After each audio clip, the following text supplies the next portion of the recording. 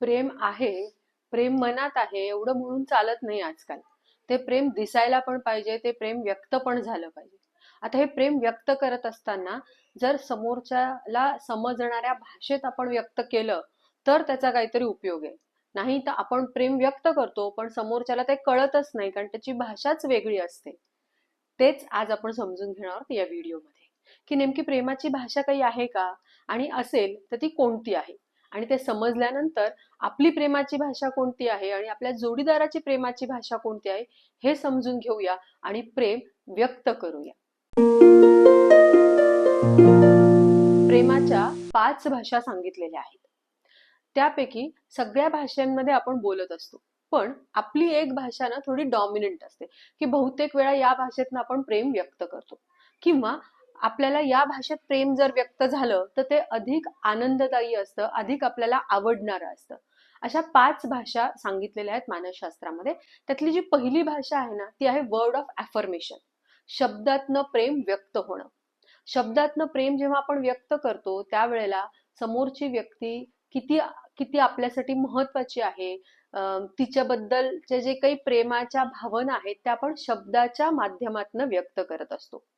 आणि आपल्याला जर का प्रेम शब्दातनं व्यक्त व्हावं असं वाटत असेल, याचा अर्थ असा आहे की आपल्याला ज्याच्या बद्दलचं आपलं प्रेम आहे किंवा ज्याच्यावर आपलं प्रेम आहे त्याच्याकडनं व्हॅलिडेशन हवं असतं, की हो मी चांगली आहे, हो मी करतेय ते बरोबर आहे, हो मी तुला आवडते आहे, हे व्हॅलिडेशन मला लागत असतं. मग दुसरी जी भाषा आहे प्रेमाची ती आहे भेटवस्तू देणे.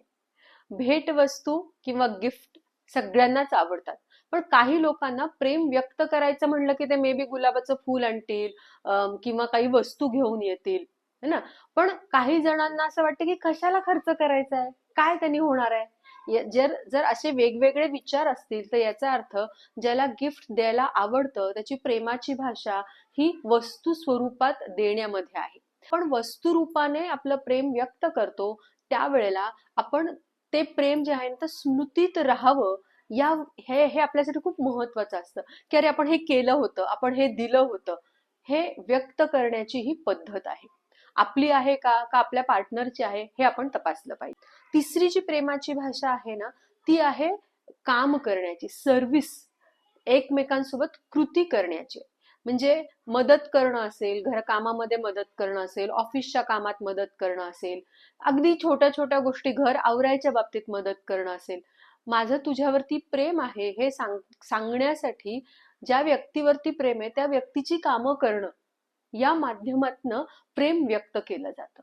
चौथी जी भाषा आहे ना ती आहे फिजिकल टचची, ठीक आहे ना, जवळीकतेची. काही जणांना असं वाटतं की घट्ट मिठी मारावी, हातात हात घेऊन चालावा, स्पर्श करावं एकमेकांना, या माध्यमातनं प्रेम व्यक्त करतात काही जण, है ना. काही जणांना बोलून, आपण म्हणतो मला बोलून नाही व्यक्त करता येत, मग स्पर्शातनं व्यक्त करता येतंय का मला, मी तपासलं पाहिजे. पाचवी जी प्रेमाची भाषा आहे ना ती आहे क्वालिटी टाइम. वेळ घालवणं, एकमेकांसोबत वेळ घालवणं. मग अगदी सोबत काही काम करायचंच असं नाही तर बसून गप्पा मारणं असेल, सोबत दोघे जण आपापली कामं करतात पण सोबत आहेत, वेळ एकमेकांसाठी देत आहेत, कोणा समोरच्याचं जे म्हणणं आहे ते मी ऐकून घेत असेल, याचा अर्थ मी त्याला, समोरच्या व्यक्तीला मी वेळ देतेय. अशा ह्या ज्या 5 लव्ह लँग्वेजेस आहेत ना त्या मला बघितल्या पाहिजेत, की माझी लव्ह लँग्वेज कोणती आहे आणि माझ्या पार्टनरची लव्ह लँग्वेज कोणती आहे.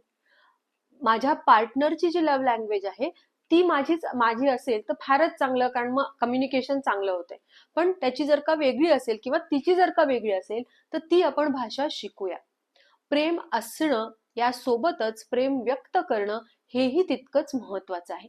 आणि व्यक्त करत असताना समोरच्याला समजेल या भाषेत जर मी व्यक्त केलं तर ते त्याच्यापर्यंत पोहोचणार आहे, अन्यथा आपण व्यक्त पण करू पण समोरच्यापर्यंत पोहोचणार नाही. ज्या वेळेला प्रेम शब्दातनं व्यक्त होतं ना त्यावेळेला व्हॅलिडेशन हवं असतं आपल्या प्रिय व्यक्तीकडे. त्यावेळेला वेळ दिला जातो ना, क्वालिटी टाइम म्हणतोय, त्यावेळेला इमोशनल बॉन्डिंग अपेक्षित असतं, फोकस्ड अपेक्षित असतं, की माझ्यासोबत इमोशनल बॉन्डिंग झालेलं आहे आणि सगळं लक्ष माझ्याकडे आहे, ही त्यातनं महत्वाची गरज असते. त्यावेळेला सर्व्हिस मधनं असतं ना, कृतीच्या माध्यमातून आपण प्रेम व्यक्त करतो ना, त्यावेळेला अटॅचमेंट असतं, सिक्युअर अटॅचमेंट.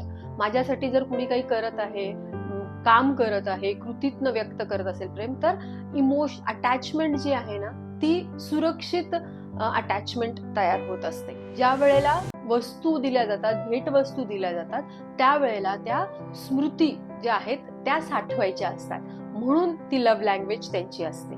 ज्या वेळेला स्पर्शातनं प्रेम व्यक्त होतो त्यावेळेला ऑक्सिटोसिन हार्मोन्सची खूप जास्त गरज असते, कारण ऑक्सिटोसिन हार्मोन जो आहे तो प्रेमाचा हार्मोन आहे आणि तो हवा असतो, त्याची गरज अधिक असते.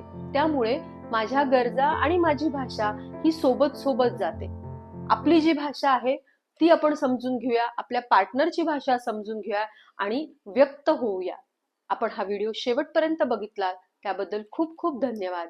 व्हिडिओ आवडला असेल तर त्याला लाईक करा, शेअर करा आणि चॅनलला अजून सबस्क्राईब केलं नसेल तर नक्की करा.